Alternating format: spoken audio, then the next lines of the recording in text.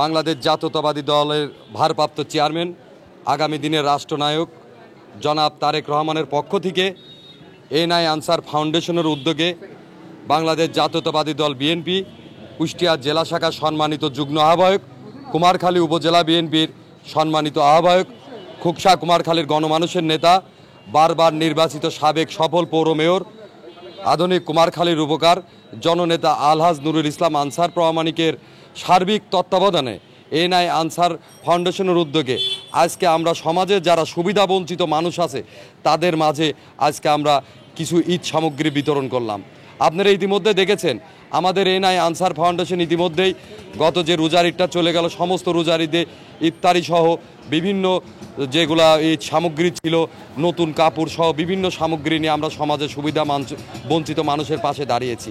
আমাদের এই ফাউন্ডেশনের লক্ষ্য আর উদ্দেশ্য একটি, সমাজে যারা সুবিধা বঞ্চিত মানুষ আছে তাদের পাশে দাঁড়ানো, তাদের সাথে থাকা, পাশে থাকা।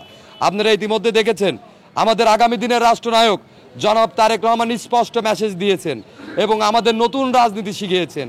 সেটা হলো জনগণের সাথে থাকতে হবে, জনগণের পাশে থাকতে হবে, জনগণের মাঝে থাকতে হবে। তারই ধারাবাহিকতায় তার নির্দেশ করবে এবং তার পক্ষ থেকে আমরা কুমারখালী হোকসা সহ প্রত্যন্ত অঞ্চলে প্রতি মাসে বা বছরে 4-5 দিন যে কোনো সময় আমরা যে কোনোভাবে প্রতিটা অসহায় মানুষের সুবিধা বঞ্চিত মানুষের পাশে দাঁড়ানোর চেষ্টা করছি।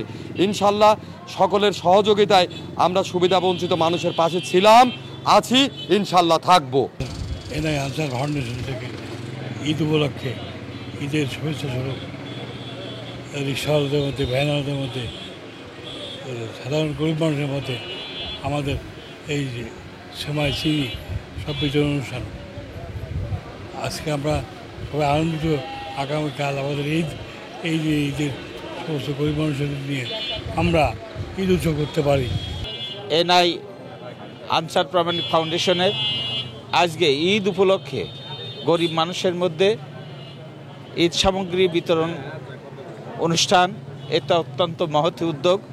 কারণ যারা ধনাঢ্য ব্যক্তি আছে তারা তো ঈদের আনন্দ করতে পারে, সেমাই চিনি কিনতে পারে বা অন্যান্য সামগ্রী কিনতে পারে, কিন্তু এই গরিব মানুষগুলো কিনতে পারে না। তার পাশে দাঁড়ানোই একটা মহৎ উদ্যোগ। এই উদ্যোগকে আমি কুমারখালী থানা বিএনপির পক্ষ থেকে আন্তরিকভাবে ধন্যবাদ জ্ঞাপন করছি এবং সেই সাথে যাতে আরও বড় পরিসরে এই ফাউন্ডেশনে কাজ করতে পারে তার জন্য মহান আল্লাহ তাআলার কাছে আমরা প্রার্থনা করি।